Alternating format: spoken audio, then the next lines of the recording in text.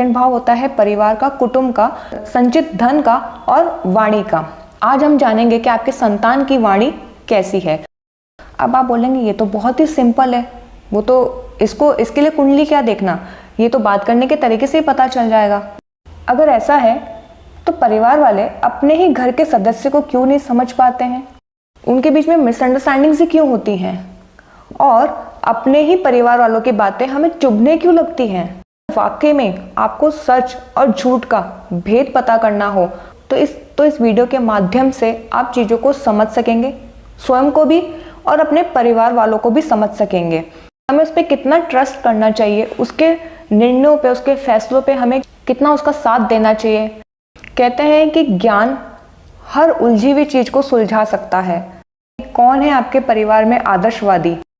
मैं हर चीज़ को बहुत डिटेल में सीखती हूँ और कोशिश करती हूँ कि मैं इसको डिटेल में रिकॉर्ड करूँ ताकि जो ज्ञान लेने के इच्छुक हों और जो ज्योतिष विद्या को जानने के इच्छुक हों उनको ये चीज़ें गहराई तक समझ आ सके। मैं जानती हूँ कि मेरी वीडियो थोड़ी लंबी हो जाती हैं, बट मैं कोशिश करती हूँ कि मैं हर पॉइंट को इंक्लूड करूँ, जितना हो सके इन्फॉर्मेशन उस वीडियो में बता दूँ। नमस्कार, जय श्री कृष्णा। स्वागत है आपका मेरा एक और इस नए वीडियो में। पिछले वीडियो में हमने जाना था संतान योग का रहस्य, ज्योतिष में कितने प्रकार के संतान बताई गई है और जातक और संतान के बीच के रिश्ते किस प्रकार होते हैं। कुंडली का वो कौन सा भाव है जहाँ से ये पता चलता है कि आपके घर में जो संतान आई है वो आपकी हितैषी है या आपके लिए क्रूर है। अब कई बार क्या होता है, इसमें एक और चीज़ होती है कि आपने देखा होगा परिवारों में अक्सर जो बच्चा अच्छा होता है, जो बच्चा परिवार का हितैषी होता है, लेकिन उसको परिवार वाले समझ नहीं पाते हैं।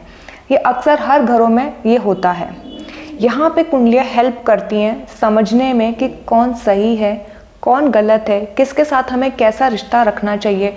कहीं हम जाने अनजाने में सही इंसान के साथ गलत तो नहीं कर रहे, जाने अनजाने हम कहीं गलत बच्चे पे भरोसा तो नहीं कर रहे। ऐसे में हमको जीवन के अंतिम समय में जाके कभी इन बातों का रियलाइज़ होता है, अनुभव होता है कि हमने अच्छे बच्चे के साथ गलत कर दिया, जो कि हमको ऐसा नहीं करना चाहिए था। और फिर मनुष्य के पास इतना समय नहीं होता है कि वो अपनी गलतियों को सुधार सके या कभी उस बच्चे से भी माफ़ी मांग सके या कभी उस बच्चे को भी कह सके कि मेरे से गलती हो गई थी।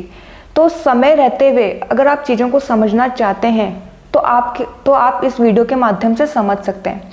कभी कभी हम भौतिक सांसारिक दुनिया में इतने उलझे हुए होते हैं कि हम अपने बच्चों को सही से समझ भी नहीं पाते हैं और उनके साथ हमारे रिश्ते खराब होना शुरू हो जाते हैं। समय एक ऐसी चीज़ है, ये नहीं कह सकते हैं कि सिर्फ माता पिता ही पहले जाएंगे, हो सकता है कभी बच्चा भी पहले चला जाए और फिर आपको बाद में रिग्रेट हो। और ये मैं क्यों बोल रही हूँ, जब आप वीडियो को पूरा देखेंगे तो आप समझ पाएंगे कि कैसे चीज़ें होती हैं और कैसे इन चीज़ों को समझा जाता है। अब आपको किसी की वॉइस टोन जाननी है, वॉइस पेस जानना हो कि वो जो बात कह रहा है कि उसकी बात पर मुझे विश्वास करना चाहिए क्या नहीं करना चाहिए, वो सही बोल रहा होगा या झूठ बोल रहा होगा, वो बहुत गुस्से में बोलता है, वो बहुत मधुर बोलता है, क्या वास्तव में ऐसा वो जो प्यार से बोल रहा है क्या वास्तव में वो अच्छा बोल रहा है, क्या वास्तव में वो वैसा ही है जैसा वो बोल रहा है।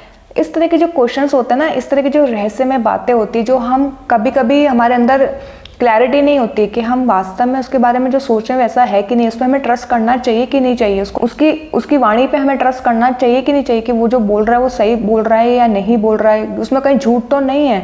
कई बार लोग होते हैं कि मीठा बोलते हैं लेकिन अंदर ही अंदर षड्यंत्र करते हैं। अब कई बच्चे ऐसे होते भी हैं कि जो ऐसे होते हैं और माता पिता को उन पर ज़्यादा ट्रस्ट होता है, उनको लगता है कि वही सही बोल रहा है, वही हमारा हितैषी है। आज हम जानेंगे कि जातक परिवार के लिए हितैषी है या कोई कार्मिक ऋण लेके आया है। ये जानने के लिए हम सबसे पहले कुंडली का दूसरा भाव देखेंगे उस जातक की कुंडली में। अब ये जो कुंडलियाँ मैं बता रही हूँ ये आपके परिवार के सदस्यों की कुंडली हो सकती है या आपके संतान की कुंडली हो सकती है। अब आपको अगर ये पता करना हो कि मेरी संतान मेरी हितैषी है या मेरी शत्रु है या मेरे से क्रूर भाव रखेगी या मेरे से कोई कार्मिक ऋण उसका है, ये सब पता चलता है दूसरे भाव से। दूसरे भाव से आपको उस संतान के बारे में काफ़ी चीज़ पता चलती है। सेकंड भाव को क्यों बोला? सेकंड भाव होता है परिवार का, कुटुंब का, संचित धन का और वाणी का। आज हम जानेंगे कि आपके संतान की वाणी कैसी है। अब आप बोलेंगे ये तो बहुत ही सिंपल है, वो तो इसके लिए कुंडली क्या देखना, ये तो बात करने के तरीके से ही पता चल जाएगा, इसमें हम कुंडली क्यों देखें। अगर ऐसा है तो परिवार वाले अपने ही घर के सदस्य को क्यों नहीं समझ पाते हैं, उनकी बातों का भावार्थ क्यों नहीं समझ पाते हैं, उनके बीच में मिसअंडरस्टैंडिंग्स ही क्यों होती हैं, और अपने ही परिवार वालों की बातें हमें चुभने क्यों लगती हैं, अपने ही परिवार वालों की बातों में हमें अपनापन फील क्यों नहीं होता। विरोधी, क्रूर, कठोर, शत्रु भाव, इस तरीके की भावनाओं की अनुभूति ही क्यों होती है, ऐसा क्यों होता है। क्या आपके पास इन सब सवालों के जवाब हैं? ज़्यादातर लोगों के पास इन सवालों के जवाब नहीं होंगे और आप सब भी इन्हीं सवालों में उलझे हुए होंगे। अब ऐसी जो चीज़ें होती जो स्पष्ट रूप से हमें समझ में नहीं आती, और अगर हम उसको भौतिक स्तर पर भी देख रहे हैं तो हमें कभी कभी गलतफहमियां भी हो जाती हैं और हम सही से उन चीज़ों को समझ नहीं पाते हैं। लेकिन जो कुंडलियाँ होती हैं वो हर चीज़ को स्पष्ट रूप से सामने रख देती हैं। आज हम समझते हैं कि कैसे इन चीज़ों को समझा जाता है, और अगर हमारा पैटर्न कहीं गलत है या हम अपनी सही संतान को गलत समझ रहे हैं, के लिए गलत भावना रख रहे हैं, तो हम इसे समय रहते हुए सही कर सकते हैं।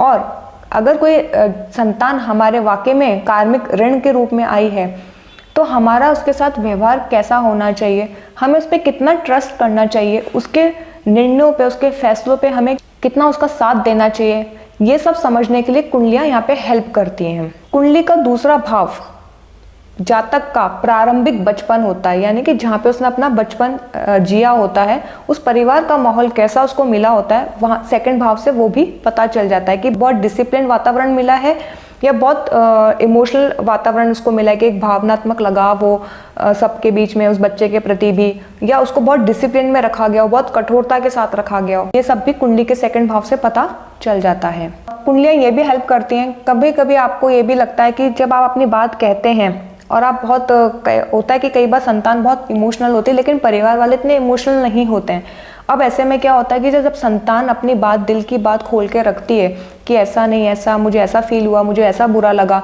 लेकिन परिवार वालों की तरफ से वैसी प्रतिक्रिया नहीं होती है। परिवार वाले कई बार ये बोल देते हैं कि तुम बहुत ज़्यादा सोच रहे हो, तुम बहुत ज़्यादा ओवर थिंकिंग कर रहे हो, इतना मत सोचो, ऐसी कोई बात नहीं है। या फिर इतना बोल देंगे कि नहीं तुम तो बिल्कुल ही गलत सोच रहे हो, ऐसी तो कोई बात ही नहीं है, ये तो तुम्हारी मन की कहानियां हैं, तुम अपने मन से बोल रहे हो।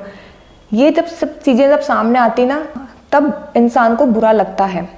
और कि उस इंसान को पता हो कि उसने जो बात बोली है वो स्पष्ट बोली है, सही बोली है, फिर उसकी बातों को गलत क्यों लिया जा रहा है, उसके ही परिवार वाले उसकी बातों को क्यों नहीं समझ पा रहे हैं, उसके लिए ये मिसअंडरस्टैंडिंग क्यों है, वो उसके शब्दों का भावार्थ क्यों नहीं समझ पा रहे हैं, तब मन में ये सब विचार आते हैं। और ये हर एक के मन में आते हैं, और मन भी दुखी होता है कि जिन्हें हम अपना परिवार समझते हैं, जिन्हें हम अपना समझते हैं, वो ही हमारी बात नहीं समझ पा रहे, तो फिर दुनिया में हमें कौन समझेगा।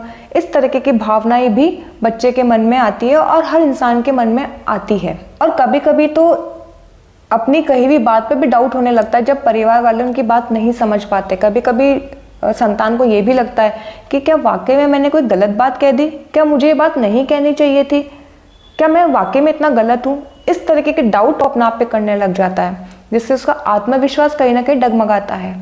लेकिन अगर वाकई में आपको सच और झूठ का भेद पता करना हो तो इस वीडियो के माध्यम से आप चीज़ों को समझ सकेंगे, स्वयं को भी और अपने परिवार वालों को भी समझ सकेंगे। कहते हैं कि ज्ञान हर उलझी हुई चीज़ को सुलझा सकता है। मैं हर चीज़ को बहुत डिटेल में सीखती हूँ और कोशिश करती हूँ कि मैं इसको डिटेल में रिकॉर्ड करूँ, ताकि जो ज्ञान लेने के इच्छुक हों और जो ज्योतिष विद्या को जानने के इच्छुक हों, उनको ये चीज़ें गहराई तक समझ आ सके। मैं जानती हूँ कि मेरी वीडियो थोड़ी लंबी हो जाती हैं, बट मैं कोशिश करती हूँ कि मैं हर पॉइंट को इंक्लूड करूँ, जितना हो सके इन्फॉर्मेशन उस वीडियो में बता दूँ। अब आपको यहाँ तक ये चीज़ समझ में आ गई होगी हम क्यों देख रहे हैं, किस लिए देख रहे हैं, और इससे जानने के बाद हमें क्या समझ में आएगा। यहाँ तक ये चीज़ें क्लियर हो गई हैं। अब हम ये समझेंगे सेकंड भाव में कौन सी राशि बैठी है और कौन सा ग्रह बैठा हुआ है, उस अकॉर्डिंग हम चीज़ों को समझेंगे। अब ग्रह की बात आती है तो सबसे पहले हम सूर्य ग्रह से शुरू करेंगे। अब सूर्य ग्रह से क्यों शुरू करेंगे, क्योंकि सूर्य राजा है और सौर मंडल का केंद्र भी सूर्य है, तो ग्रहों की शुरुआत जब भी होगी वो सूर्य से ही होगी। अब कुंडली को रीड करने के लिए पहले हमें बेसिक चीज़ें पता होनी चाहिए। जैसे मैंने आपको बताया था राशि का स्वभाव क्या है, किस तत्व की राशि है और उसमें कौन सा ग्रह बैठा है। तो हम पहले शुरुआत करते हैं सूर्य ग्रह से। अब प्रिडिक्शन निकालने के लिए, ये जानने के लिए, समझने के लिए पहले हमें ग्रह का स्वभाव पता होना चाहिए। सूर्य क्या है?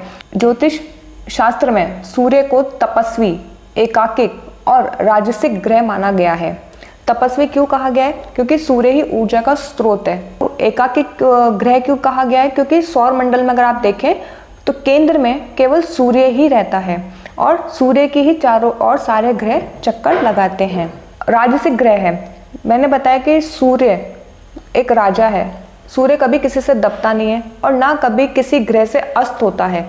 सूर्य से ग्रह अस्त हो जाएंगे लेकिन कोई ग्रह सूर्य को अस्त नहीं कर सकता। सूर्य राजा है तो उसके अंदर एक राजसिक क्वालिटी है, रॉयल क्वालिटी जैसे एक राजा में होती है। और सूर्य के साथ कोई ग्रह भी नहीं है, सूर्य अकेला रहता है, तो एक राजसिक स्वभाव सूर्य में है। तो पहले हम जानेंगे कि सूर्य की क्वालिटीज क्या हैं। सूर्य किस राशि में उच्च का होता है, किस राशि में नीच का होता है और कौन सी इसकी शत्रु राशि, ये बेसिक पता होंगी तो हम अपनी कुंडली को सही से समझ पाएंगे। सूर्य मेष राशि में उच्च का हो जाता है और तुला राशि में सूर्य नीच का हो जाता है। सूर्य की शत्रु राशि हो गई शनि, शुक्र और राहु और केतु। राहु केतु को कोई राशि नहीं मिली हुई, ये ग्रह है। अब जैसे शनि की 2 राशियां हो गई मकर और कुंभ, शुक्र की राशि हो गई 2 वृश्चिक और तुला, और राहु और केतु, तो ये हो गई सूर्य की शत्रु राशि। सूर्य की स्वग्रह राशि होती है सिंह राशि, 5 नंबर की राशि, जिसमें सूर्य अपने ही घर में होता है। ठीक है, ये बेसिक चीज़ें हैं। इसके आगे अब हम दूसरी चीज़ समझते हैं। अब सूर्य का स्वभाव समझते हैं। सूर्य शाही है, रॉयल है, निडर है, आत्मविश्वासी ग्रह है, बहुत डिसिप्लिन्ड है, आदर्शवादी है। अब सूर्य ग्रह से क्या क्या क्वालिटीज़ जोड़ के देखी जाती है, यही क्वालिटीज़ जातक के अंदर भी आती है। जैसे सूर्य के अंदर एक शाही स्वभाव होता है, कॉन्फिडेंट होते हैं, आत्मविश्वासी होते हैं, बहुत डिसिप्लिन्ड होते हैं। इनको डिसिप्लिन करने की ज़रूरत नहीं होती है। आप इनको ये नहीं कह सकते कि ऐसे करो वैसे करो, ये अपने आप में सेल्फ डिसिप्लिन्ड लोग होते हैं, आत्मविश्वास से भरे होते हैं। इनको मोटिवेशन की ज़रूरत नहीं होती है, बहुत मोटिवेशन, ये खुद ही इतने सेल्फ मोटिवेटेड होते हैं। आत्मबल इनका बहुत स्ट्रांग होता है, बहुत स्वाभिमानी होते हैं। अब इन पे एहसान जताने की कोशिश करो कि मैं तुम्हें ये दे देता हूँ और ये हो सकता है मेरी बात मान ले, तो ऐसे लोग किसी की बात नहीं मानते। बहुत स्वाभिमानी होते हैं, किसी से कुछ लेना पसंद नहीं करते हैं। जो भी करते हैं अपने दम पे करते हैं, अपनी पहचान खुद बनाते हैं, दूसरों की पहचान पे कभी नहीं जीते हैं। झुकना पसंद नहीं किसी के भी आगे। सूर्य से अथॉरिटी से रिलेटेड सारे काम देखे जाते हैं, सरकार से जुड़े हुए काम देखे जाते हैं, प्रशासन सेवा से जुड़े हुए काम देखे जाते हैं, नेतृत्व क्षमता अच्छी होती है, लीडरशिप की क्वालिटी होती है, और सूर्य से ये सारी चीज़ें जोड़ी गई हैं ज्योतिष शास्त्र में। अब ये क्वालिटीज़ किस में आपको देखने को मिलेगी? केवल उन्हीं जातक में देखने को मिलेंगी जिनका सूर्य उच्च का है या जिनका सूर्य स्वग्रह ही बैठा है। जैसे उच्च का मैंने बोला मेष राशि में, स्वग्रही यानी खुद की राशि में, सिंह राशि में यानी 5 नंबर की राशि में। ये क्वालिटीज़ ऐसे जातक में आपको देखने को डेफिनेटली मिलेंगी। लेकिन अब जिसका सूर्य वीक है उसमें सारी क्वालिटीज़ नहीं होंगी, इसके सारे अपोजिट होंगी। जैसे कि आत्म केंद्रित होते हैं। आत्म केंद्रित से मतलब है कि अपने आगे किसी को कुछ नहीं समझना, डिसिप्लिन कुछ नहीं होगा। डिसिप्लिन के नाम पे आप देखेंगे कि उनको डिसिप्लिन करने बार बार बोलना पड़ता है, ऐसे करो वैसे करो। आत्मविश्वास नहीं होगा, विल पावर वीक होगी, आपको बार बार जाके मोटिवेट करना पड़ेगा, आत्मविश्वास भरना पड़ेगा। सूर्य वीक हुआ तो ऐसे लोगों को समाज में मान प्रतिष्ठा नहीं मिलती है। अपनी मान प्रतिष्ठा को लेने के लिए ऊट पटांग की हरकतें करेंगे, गलत तरीका अपनाएंगे ताकि उनको मान सम्मान मिले। अपनी प्रशंसा सुनने की उनको लालसा बनी रहती है कि बस मेरी प्रशंसा होती रहे। जहाँ पे भी उनकी आलोचना हो गई वहाँ से उठ के चल देंगे और अपनी आलोचना बिल्कुल भी सहन नहीं कर पाते। और इनके अंदर ना डोमिनेटिंग की इनका जो नेचर होता है ना, डोमिनेटिंग हो जाता है कि मैं सबको अपने नियंत्रण में करके रखूँ, सब मेरे नियंत्रण में रहे। जिनका भी सूर्य वीक होता है और जिनका सूर्य स्ट्रांग होता है वो प्रोटेक्टर बनते हैं, वो डोमिनेटर नहीं बनते हैं।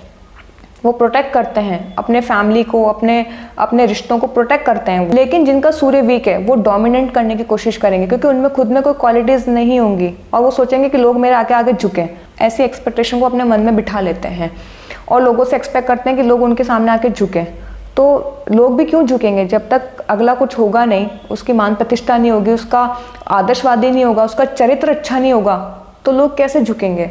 बट ये बात जिसका सूर्य वीक है वो ये समझ नहीं पाता है। उसको लगता है कि नहीं, मेरे आगे तो सब झुकने चाहिए, क्योंकि वो अपने अहंकार के आगे किसी चीज़ को देखना समझना नहीं चाहता है। जिनका सूर्य स्ट्रांग होता है वो स्वाभिमानी होते हैं, वो किसी से कुछ लेना पसंद नहीं करेंगे।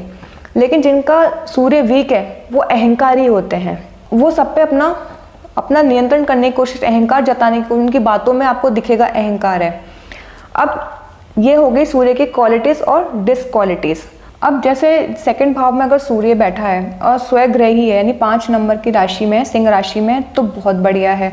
और अगर वो उच्च राशि में बैठा है, यानी मेष राशि में, मंगल की राशि में 1 नंबर में, तो और भी अच्छा उच्च का हो गया। अब ऐसे जातक की जो वॉइस टोन होती है वो बहुत प्रभावशाली होती है। जब वो बोलते हैं तो लोग उनको सुनते हैं और अपने परिवार में एक मुखिया का रोल निभाते हैं, प्रोटेक्टर की तरह, कि मैं बड़ा हूँ तो मुझे अपने फैमिली को प्रोटेक्ट करके चलना है। और अपनी फैमिली के लिए ना हमेशा, जैसे मैंने बोला कि धन संचित वाला भाव भी सेकंड भाव होता है, तो अपनी फैमिली का पैसा कभी भी फिजूल खर्च नहीं करवाएंगे। जहाँ पे उनको लगेगा कि पैसा खर्च होना चाहिए वहीं पे करवाएंगे। और इनकी ऐसे बच्चों की जो राय होती है अपने परिवार वालों के लिए, चाहे वो फाइनेंशियल मैटर में हो, चाहे वो परिवार के किसी भी मैटर में हो, वो हमेशा हितैषी ही होते हैं। वो कभी भी परिवार का बुरा नहीं करेंगे।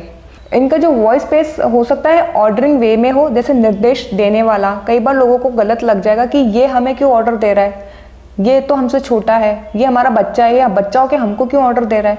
पर जो आपको बच्चा लग रहा है, पर वो आपको ये चीज़ समझनी चाहिए कि वो आपके घर में किसी पर्पस के लिए आया है। अब जिसका सूर्य खुद का वीक होगा उसको ये चीज़ें हर्ट होंगी कि वो कैसे ऐसे मुझे ऑर्डर दे रहा है। लेकिन जिसका सूर्य खुद का स्ट्रांग होगा उसको कभी उस बच्चे की बात का बुरा नहीं लगेगा। वो समझेगा कि हाँ, ये बात सही बोल रहा है और मेरे फेवर में ही बोल रहा है। इनकी वॉइस में आप देखेंगे कमांडिंग वॉइस होती है, अथॉरिटी वाली बात होती है, जैसे अधिकार वाली, जमाने वाली बात। पर ये अधिकार गलत तरीके से नहीं होता, नेगेटिव वे में नहीं होता है, पॉजिटिव वे में होता है। अच्छे प्रोटेक्टर होते हैं, ये अपनी फैमिली का भला चाहते हैं, ध्यान रखते हैं कि मेरी फैमिली पे कोई आंच नहीं आ जाए, कोई मेरी फैमिली का कोई बुरा नहीं कर दे। इस तरीके का इनका नेचर होता है, और जो कि बहुत अच्छा एक नेचर है। एक जैसे घर के एक मुखिया का नेचर होता है, वो अपनी फैमिली को प्रोटेक्ट करके रखता है, उस प्रकार का इनका नेचर होता है। कि कोई संतान हुई, ऐसा कोई जातक हुआ जिसका सूर्य सेकंड भाव में स्वग्रह ही या उच्च का है, तो आप देखेंगे कि सेल्फ मेड होते हैं, इंडिपेंडेंट होते हैं, किसी पे डिपेंड रहना पसंद नहीं करते हैं। और ऐसे बच्चे, ऐसे जातक अपने ही दम पे पैसा कमाते हैं और सेल्फ रिस्पेक्ट में कॉम्प्रोमाइज़ नहीं करते हैं। इनके लिए सेल्फ रिस्पेक्ट, इनका सेल्फ स्टीम बहुत हाई होता है। अगर आप इनको झुकने के लिए बोलोगे तो ऐसी संतान झुकती कभी भी नहीं है। अगर आप इनसे ये एक्सपेक्ट करोगे कि ये हमारे सामने झुक जाए पैसों के लिए, तो ये ऐसे लोग कभी पैसों के लिए नहीं झुकेंगे। ये अपने दम पे खड़े हो जाएंगे, अपने दम पे अपना बना लेंगे, लेकिन कभी किसी के आगे पैसों के लिए कभी नहीं झुकेंगे। अपने आत्मसम्मान से कभी कॉम्प्रोमाइज़ नहीं करेंगे। सेल्फ रिस्पेक्ट, सेल्फ स्टीम इनका बहुत हाई होता है। देखेंगे कि आदर्शवादी होगा ऐसा जातक, अपने परिवार, उसके अंदर खुद के प्रिंसिपल्स होंगे, वो किसी के आगे झुकेगा नहीं। अपनी इच्छाओं की पूर्ति के लिए वो कभी किसी के आगे झुकेगा नहीं, और परिवार में उसका मान सम्मान भी होगा। तो इस तरीके से चीज़ों को देखा जाता है। और ज़्यादातर मैंने ये देखा है कि जिनके भी ग्रह अच्छे होते हैं, अक्सर परिवार वाले उनको समझ नहीं पाते, उन्हीं को गलत ठहराया जाता है, गलत समझा जाता है, और जीवन के काफ़ी अंतिम समय में जाके समझ में आता है कि हमने अच्छे के साथ गलत कर दिया और गलत के साथ ही बहुत अच्छा कर दिया। तो आई होप कि आपको ये कुंडलियाँ बहुत हेल्प कर रही होंगी अपना आप को समझने में, अपनी फैमिली को समझने में, सिचुएशंस को समझने में, परिस्थितियाँ आपको काफ़ी समझ में आ रही होंगी, कैसे एक दूसरे को जानकर कैसे उनके प्रति अपना व्यवहार रखना चाहिए, ये आपको काफ़ी चीज़ें समझ में आई होंगी। और अगर किसी के साथ आप जाने में भी कभी गलत कर रहे होंगे तो आप अपने पैटर्न्स को फिर से अभी इसी लाइफ में ठीक कर सकते हैं, और जो आपसे लेने आया है उसको आपको देना ही पड़ेगा। उसमें आप कुछ भी नहीं कर सकते हैं। आप ये नहीं कर सकते हैं कि हम उस पर अपना शासन चलाएंगे या हम उसको कंट्रोल करेंगे, क्योंकि वो चीज़ आपके कंट्रोल से बाहर है। कुछ चीज़ें पैटर्न ब्रेक तभी ऐसे पैटर्न्स तभी ब्रेक होते हैं जब आप ईश्वर से प्रार्थना करते हैं। अदरवाइज़ आपको जो सफरिंग्स हैं, जो पेन्स आपको मिलने लिखे हैं, वो मिलते ही मिलते हैं। और जो अच्छी चीज़ें हैं उनको आप समझिए जीवन में। और आई होप कि इस तरीके से घर में जब 2-3 संतानें होती हैं तो हम समझ पाते हैं कि हमें किसके लाइफ के डिसीजन को एक्सेप्ट करना चाहिए और किसके डिसीजन को हमें लेट गो करना चाहिए बिना उससे झगड़ा किए, बिना उससे कोई भी वाद विवाद किए। और अब आप अपनी कुंडली में और अपने परिवार वाले की कुंडलियों में ज़रूर इन चीज़ों को देखिएगा और आप खुद ही इस चीज़ को एनालिसिस कीजिएगा कि वास्तव में जिसके भी ग्रह स्ट्रॉन्ग हैं, अच्छी कंडीशन में हैं, वो अपने परिवार का उन्होंने हित ही किया होगा, अहित नहीं किया होगा। और ऐसे ही बच्चों को नज़रअंदाज किया जाता है जीवन भर तक। पर लेकिन ये ईश्वर की बनाई हुई दुनिया है, प्रकृति अपना न्याय अपने हिसाब से ज़रूर करती है, लेट ही सही, लेकिन कभी कभी माता पिताओं को अपने बच्चे समझ में आ जाते हैं। और कभी कभी अगर नहीं भी आते तो उनका कुछ उन संतान का कोई बुरा नहीं होता है, भगवान उनके लिए कोई ना कोई रास्ता ज़रूर निकालते ही हैं। आपको कहीं ना कहीं आपको ये चीज़ समझनी चाहिए, जैसे बुरे कर्मों का फल मिलता है उसी प्रकार अच्छे कर्मों का भी फल मिलता है। तो वो जो अच्छे ग्रह लेके आई है संतान, वो आपके अच्छे कहीं ना कहीं पुण्यों का फल है। तो आपको उसको इस लाइफ में समझना चाहिए। और अगर आप उसको नहीं समझते तो एक तरह से आप अपने अच्छे पुण्य का ही अपने हाथों से ही खराब कर रहे होते हैं। सो आई होप आपको यहाँ तक काफ़ी चीज़ें डिटेल में समझ में आई होगी और आपको ये जान के अच्छा लगा होगा और आपको काफ़ी चीज़ें समझ में अपने बारे में भी आई होगी और अपने परिवार वालों के बारे में भी आई होंगी।